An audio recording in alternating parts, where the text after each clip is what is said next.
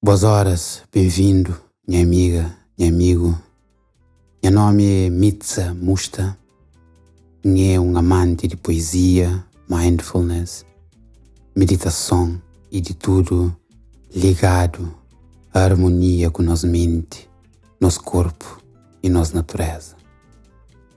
Que ele venha criar essa iniciativa Mente Verde, onde sabemos partilhar com você sessões de mindfulness que traduz para mente consciente. Também sons e imagens de terra, de nossa natureza, poesia, música para meditação e algumas outras coisas para ajudar-nos numa jornada de mindfulness, meditação, saúde mental, paz e felicidade. Este é o conforto para mim e um prazer enorme contar com você ali. Obrigado pelo tempo no te contra nas nossas sessões Mente Verde.